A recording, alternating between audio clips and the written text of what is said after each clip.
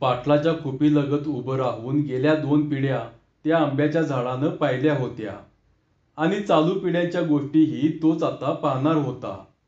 कारण त्याला साक्षी ठेवूनच त्या गोष्टी घडल्या जात होत्या. त्याच्या गार सावलीखाली उभं राहूनच एका माणसाला त्या सुचत होत्या. दौलती पाटलांच्या एका तळावर असलेल्या 10 बिघ बागायत डागाला लागूनच एसबा जाधवाच्या पोराची म्हणजे सर्जाची विटभर जमीन होती. पण त्याचा तो जमिनीचा तुकडा कसा नागागत डुलायचा. अंगाला अंग लागून असलेले ते 2 तळ पाहणाऱ्याला विठ्ठल रुक्मिणीवाणी दिसायचे. पण खरं म्हणजे पाटील आणि जाधव या दोघांच्या मधून कधी विस्तू देखील आडवा जात नसे. पेरणीच्या वेळी एखादा आरा नाहीतर एखादी काकरी तरी त्या दोघांपैकी कोणीतरी जास्ती पेरी आणि मग नव्या सालाच्या सुरुवातीलाच पेरलेलं ते बीज वर्षभर उगवत राही.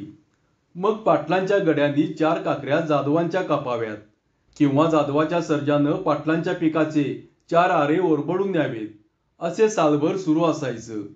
गेल्या कित्येक सालात त्या दोघांच्याही रानात नवी पिकं उभी राहिली आणि नव्या सुगी त्यांनी मळल्या. पण एक जित्राप मात्र कधीच बदललं नाही. आडद्रा पावसानं जमीन भिजली की नेमकं एकच पीक उगवून येई आणि ते म्हणजे वैराचं. गेल्या 2 डुईला अनेक वावटळी आल्या, पण हा वैराचा रौंदा रपटा त्यांच्या मनातून कधी उडून गेला नाही. अनेक दुष्काळात त्या दोघांची खडी ओस पडली, पण त्यांच्या हाडवैराची मळणी मात्र कधी थांबलीच नाही. खळ्यावर धान्याचा एक कण नसला तरी वैराची रास मात्र डोंगरासारखी पडून राहिली आणि त्या राशी ते दोघेही सालोसाल आपल्या मनाच्या पोत्यात भरत राहिले. पण सर्जाच्या मनात खंडीनी खंडी रचलेल्या त्या पोत्यांच्या थडी हळूहळू हलक्या हाताने कोणीतरी बाजूला करत होते. कोणीतरी आपल्या नाजूक बोटांनी त्या पोत्यांची तोंड सोडत होतं आणि अशा त्या कुणाचं सर्जाला वेड लागून गेल्या 2 पिढ्यांच्या वैराचं खत खाऊन जोशानं उगवून आलेला तो ईर्षेचा ताक सर्जा आता मोडून जमिनीत गाडून टाकणार होता. कारण त्याच्या वैऱ्याच्या पोरीवरच त्याचं मन बसलं होतं. पण पाटलांना कुठं आपली लेक सर्जाला द्यायची होती. सर्जा आपल्या लेकीला मागणं घालतो आहे असं नुसतं स्वप्न जरी पडलं असतं तरी त्यांनी हातात कुऱ्हाड घेऊन मिशीवर ताव मारला असता आणि कुठं हाय तो सर्जा असं म्हणून चाल केली असती त्याच्यावर. पण सर्जाचा डोळा आपल्या लेकीवर आहे हे आज ना उद्या त्यांना कळणार होतं. कारण मैनेच्या चोरट्या नजरपैकी आणि सर्जाची तिच्या रूपावरून न हलणारी एकटक नजर दिवसेंदिवस वाढतच चालली होती. आताशा मैना मळ्यावर आली की आपल्या कोपीला लागून असलेल्या आंब्याच्या दरडीवर येऊन उभी राही. ती तिथं अशी उभी राहिली आणि सर्जाला त्याची दखल असली नसली तरी एक विशिष्ट अर्थपूर्ण खाकरणं तिच्या गळ्यातून बाहेर येई आणि मग सर्जाही तिला डोळे मिचकावून साथ देई. तशी साथ तिला मिळाली की मंत्रानं भारावल्यागत ती त्याच्याकडं पाहतच उभी राही आणि तिचे डोळे बोलत, बाई बाई बघू तरी किती म्हणतो मी या सरदाराकडं. आणि त्या डगरीवर उभ्या राहिलेल्या मैनाकडं बघत सर्जाही मनाशी बोलू लागे, मैने याड लावलंस बघ मला. कवळ्या काकडीगत तुझं अंग किती सुकुमार, तुझी तकाकणारी कांती कशी आळवाच्या पानागत आणि तुझं रूप कसं मनाला भुरळ घालतंय बघ. मैने तुझ्या नवतीच्या हुरड्याचं कणीस न्यारच गडे. हिरीतल्या काळ्याभोर पाण्यावानी तुझ्या डोळ्यातली बोलकी पाखरं एकसारखी काय किलबिलत्यात हे काय ह्या गड्याला उमगत नाही. पर मी काय सांगतो ते नीट ऐक. मैने माझ्या मनाच्या मेन्यामंदी जलमपतोर बसून राहा ग. पण हे त्यांचे बोल एकमेकांच्या कानावर कधी गेलेच नाहीत. कारण त्या 2 वैऱ्यांच्या पोरांना एकमेकांशी बोलायची चोरी होती. आज सर्जा तंबाखूच्या वावरात भांगलन करत बसला होता, पण त्याचं सारं चित्त त्या आंब्याखालच्या डगरीकडं लागलं होतं. मैना येण्याची नेहमीची वेळ जशी जवळ येत चालली तसं त्यानं आपलं डोळं त्या आंब्यालाच देऊन टाकलं आणि खाली जमिनीकडं न बघता तो रानातनं खुरपं खेळवू लागला. अखेर त्याची चटक चांदणी त्या आंब्याखालच्या डगरीवर उगवली. पौर्णिमेचं चांदणं पडल्यागत त्याला वाटलं. तंबाखू खाण्याचं निमित्त करून तो बांधावर गेला. पाडाच्या लिंबागत रसरसणाऱ्या तिच्या मुकड्याकडं सर्जा पाहतच राहिला. तीही आपल्या हातातल्या रेशमी काकणांशी चाळा करत त्यालाच बघून घेत होती. त्याच वेळी मैनेच्या बापानं दौलती पाटलांनी आपल्या मारक्या जवारी खोंडाचं हंबीरचं दावं सोडलं होतं आणि त्याला पाणी दाखवण्यासाठी म्हणून ते त्याला हौदावर नेत होते. पाड्याला घेऊन ते थोडंसं पुढं गेलं असतील नसतील, तोच मैनेच्या गळ्यातनं ते खाकरणं बाहेर आलं आणि न कळत सर्जाकडूनही तिला साथ मिळाली. पाटलांच्या कानावरती येताच त्यांचे पाय मध्येच थांबले. ते सर्जाकडं मारक्या म्हशीगत बघत उभे राहिले. त्याच वेळी सर्जा त्यांच्या लेकीकडे पाहून हसत होता. असंच धावत जाऊन त्या सर्जाचा गळा दाबावा असं पाटलांना वाटलं. तोवर त्या जवारी खोंडानं हंबीरनं आपलं कान टवकारले आणि आपली गर्दन तिरकी करून आळीपाळीनं त्या तिघांच्याकडे एकदा पाहून घेतलं आणि मैनेच्या बापाला त्याच्या डोळ्यातले इंगळ जणू म्हणाले, तू कोण र त्यांच्यात इक कालवणारा टिक्कूजी? चल सोड त्यांची वाट, चल लाग चलायला. तवर पाटील अजून उभेच होते. हंबीरला एवढा राग आला का कुणास ठाऊक, त्यानं आपली गर्दन खाली वाकवली, खालची जमीन शिंगानी नांगरली आणि वाकड्या डोळ्यांनी पाहत त्यानं पाटलांच्यावर चाल केली. पाटलांच्या हातातला कासरा केव्हाच निसटला होता आणि पाय नेतील तिकडे ते धावत होते. स्वतःचा जीव वाचवण्यासाठी धावत असताना आयुष्यात पहिल्यांदाच त्यांनी आपला बांध ओलांडून सर्जाच्या मळ्यात पाय टाकला होता. खोंडाला धरण्यासाठी पाटलांची गडी माणसं धावत सुटली होती. सर्जा ही वाऱ्याच्या वेगानं पळत होता. तोच हंबीरनं पाटलांच्या पाठीत एक विलक्षण धडक घातली आणि त्या सरशी पाटलांनी 2-3 कोलांट्या घेतल्या. हंबीर पुन्हा धावून गेला आणि ठेचकळत पळत असलेल्या पाटलांना अचानक शिंगावर घेऊन त्यानं वळून पाठीमागं पाहिलं. जणू त्याला मैना व सर्जाकडे बघून विचारायचं होतं, सांगा कुठं फेकू याला? पण ऊर बडवत धावणाऱ्या मैनेचा त्या मूक जनावराला काही अर्थबोध झाला नाही. त्यानं पाटलांना गट्टोळं फेकल्यागत फेकून दिलं आणि वर मान करून डिरक्या फोडत तो तसाच उभा राहिला. परत त्यानं आपली नजर पाटलांकडे लावली. आपली सिंग जमिनीत खुपसून त्यानं ती माती हवेत उधळली आणि आता तो परत पाटलांच्या अंगावर चवताळून जाणार, तोच पाटलांची गडी माणसं तिथं येऊन ठेपली. पण त्या खोंडाच्या वाटेला जाण्याची कुणाची छाती नव्हती. त्याच्या वेसनीला हात घालायला एकाच्याही मनगटात जोर नव्हता. वाघासारखे पाटील, पण ते लोळागोळा होऊन जमिनीवर लोळत होते आणि ते जित्ते गडी मड्यावानी दिसत होते. तोच धावत येत असलेला सर्जा मैनेला दिसला. त्या तगड्या जवानाला बघताच गळ्याला लागलेला फास कुणीतरी तोडल्यागत वाटलं तिला. ती जागच्या जागी भारावल्यासारखी उभी राहिली. सर्जानं मागच्या अंगानं चोरागत येऊन गपकन हंबीरची वेसन धरली. दात ओठ खाऊन त्यानं त्या मातलेल्या खोंडाला मागं रेटलं आणि मग न कळत तो मैनेकडे बघून हसला. त्या तगड्या पोराचं ते हास्य बघून मैनेचं डोळे निवले आणि तिचे ओठ पुटपुटले. तुझं कामच न्यारं राया. आणि पुढचं वाक्य ती मनातच म्हणाली, राजा मी हा जीव ओवाळून टाकते तुझ्यावरनं. आणि असं त्याच्याकडं बघता बघता तिनं त्याला मनातनं कुरवाळून हाताच्या मुठी दोन्ही कांचिलांना लावल्या आणि आपली बोटं तिनं कडाकडा मोडली. हंबीरला दावं लावल्यावर सर्जा पाटलांच्या जवळ जाऊन म्हणाला, काळ आलता पर येळ आली नव्हती म्हणून वाचलासा. असं बेसुधी राहायचं होय? पण पाटील त्याच्यावर दात ओठ खाऊन म्हणाले, तू मला बेसुधी केलं होतंस. आता तोंड वर करून बोलशील तर जीभ उपटून हातात देईन तुझ्या. सर्जाला वाटलं होतं पाटील त्याच्या तोंडावरून हात फिरवून म्हणतील, पोरा लई झालं तुझं उपकार, आता कसं न फिडू हेरीन. आणि असं पाटलानं म्हटलं की सर्जा मैनेकडे पाहून नुसता हसणार होता. पण उलट पाटलांचे शब्द गोपनीतल्या दगडावानी त्याच्या काळजाला लागले होते. दुसऱ्या दिवशी मैनेची वाट पाहून सर्जाचे डोळे शिंदले. पण त्याची लाडकी मैना त्या आंब्याखालच्या डगरीवर उभी असलेली त्याला दिसलीच नाही. पुढे कित्येक दिवस त्या डगरीवर उन्ह येत होती आणि कितीतरी तिन्ही सांजा टळून जात होत्या. पण आंब्याखालच्या त्या डगरीवर त्याची ती चांदणी मात्र कधी उगवलीच नाही. मग एका शनिवारी दिवस उगवायला तो वेशीतल्या मारुतीच्या देवळाजवळ येऊन उभा राहिला. कारण मैना दर शनिवारी मारुतीला जात असते हे त्याला कळलं होतं. मैनेला देवळाच्या पायऱ्या चढताना त्यानं पाहिलं आणि तोही तिच्या मागून आत शिरला. ती मारुतीच्या पाया पडणार तोच त्याची चाहूल तिला लागली आणि चटकन मागं वळून ती त्याच्याकडं बघतच राहिली. सर्जा हसून म्हणाला, अगं मागं काय बघतीस? देव पुढं हाय. होय, म्हणूनच डोळं भरून बघून घेतो आधी. मग ती दोघंही मारुतीच्या मागच्या अंगाला गेली आणि वेड्यासारखं एकमेकांकडे पाहत राहिली. असं बघत असतानाच एकाएकी तिच्या अंतःकरणात कळ आले आणि तिनं पदर डोळ्याला लावला. तो बाजूला करून सर्जा म्हणाला, मैने, तुला मारुतीची आण हाय. डोळं गाळू नगस. समद उमागलंय मला. ती डोळे पुसत म्हणाली, बा आग पकडायला लागलाय आमच्यावर. तसली आग इजवायला मी बी खंबीर हाय. माझं बी पाणी दावीनच एकदा. होय, पर पाण्यालाच आग लागल्यावर पाणी तरी काय करणार हाय? यावर तो हसून म्हणाला, वगळीच्या गोट्या एवढं पाणी नाही माझ्यात तवा जळून जावं. असं मुलका एगळं काय बोलू नगस. ह्या त्याच्या धीराच्या बोलण्यावर मैना पुरी भाळली.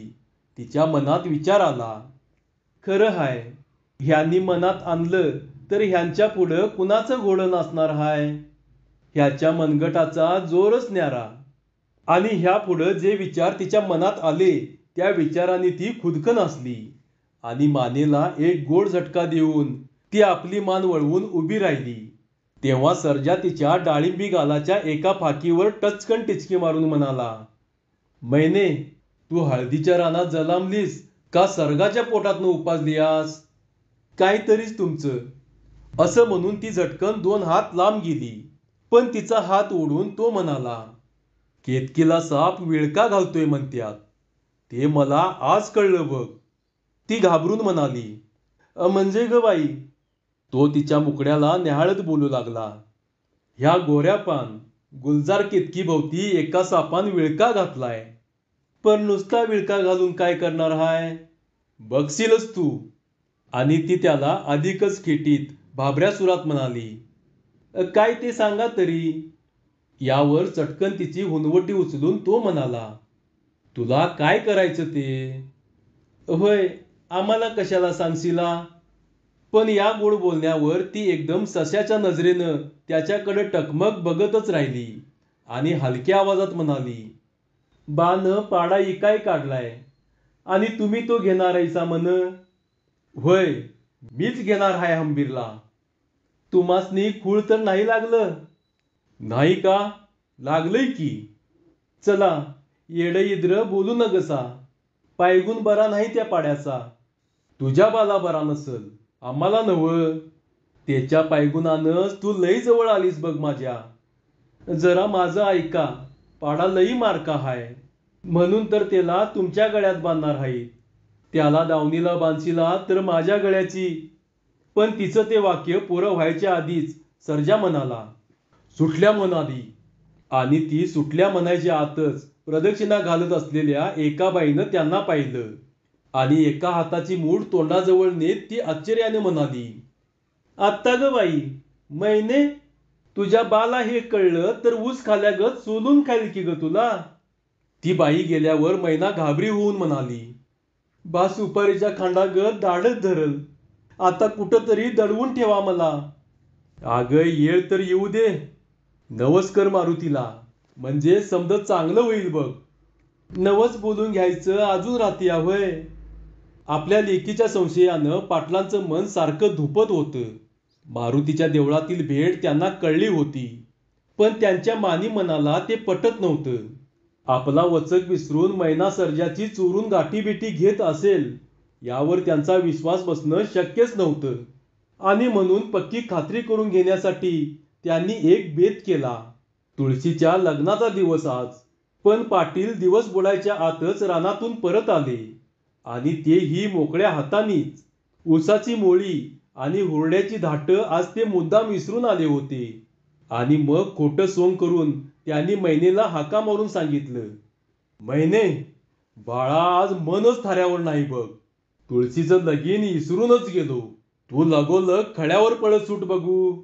खालच्या तळावर केरबा असल, त्याच्याकडनं 4 ऊस आणि जुंजऱ्याची 4 धाटं आण. आणि हे बघ, परवाच्या पावसानं वड्याला राड झाली या. रानातनच हो अशी आडवी. त्यांनी मुद्दामच तिला रानातनं जायला सांगितलं होतं, कारण ते तिच्या मागावर ओढ्यानं जाणार होते. मैना विशीच्या बाहेर गेली असेल नसेल, तोच पाटील ही घराच्या बाहेर पडली. ती पाखरागत केव्हाच मळ्यावर आली. खालच्या अंगाच्या तळ्यावर जायच्या आधी ती आंब्याखालच्या डगरीवर येऊन उभी राहिली. सर्जाच्या फडाकडे तिनं नजर टाकली, पण सर्जा तिला कुठं दिसला नाही. तिला वाटलं पदर कुचून आपल्या रायाच्या फडाभोवती घिरट्या घालाव्यात आणि त्याला एकसारखी साद घालत भिरभिरावं. तोच सर्जाचा उसाचा फड सरसरून वाजू लागला. ती हरकून ढ्यान झाली.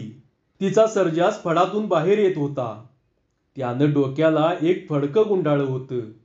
अंगातल्या पैरणीच्या गुंड्या नीट काजात घातल्या नसल्यामुळं त्याची उघडी छाती मनात भरत होती. तांबड्या मातीनं रंगलेलं आपलं पैलवानी धोतर त्यानं वरपर्यंत खोवलं होतं आणि बैठकी मारून कमावलेल्या त्या मांड्यातून पावलाबरोबरच गोळे उठत होते. ती त्याच्याकडं टक लावून उभी होती, पण त्याला तिची मुळीच दखल नव्हती. खांद्यावर घेतलेले ऊस एका हातानं सावरत तो पुढं बघून सुसाट सुटला होता. तोच त्याच्या कानावर ते परिचित खाकरणं आलं. तोही न कळत खाकरून गेला. अशी त्या डगरीवर न कळत त्याची मान वळली. ते दोघेही एकदा एकमेकांकडे पाहून हसले. मग मैनेनं पायाचं पंख करून त्याच्याकडं भरारी मारली. त्याच्या पुढं उभी राहून ती म्हणाली, मीठ मोहऱ्या आणल्या नाहीत, नाहीतर दिष्टच काढली असती बघा. अगं कुणाचं डोळं रिकामं हाईत, तवा दिष्ट लागल मला. खरंच सांगते मी, उघड्या अंगानं असं फिरत जाऊ नका. आणि ऐकलं काय, आईला दिष्ट काढाय सांगा. होय, सुनाची दिष्ट लागली म्हणून सांगतो की तुझ्या सासूला. हे ऐकून तिच्या मनाला हुरहुरीची गोड फुलं आली. तिनं एक लाडीक मुरका मारला. जणू ती त्याला म्हणाली, पुरं तुमचं, गप बसायला काय घेसिला.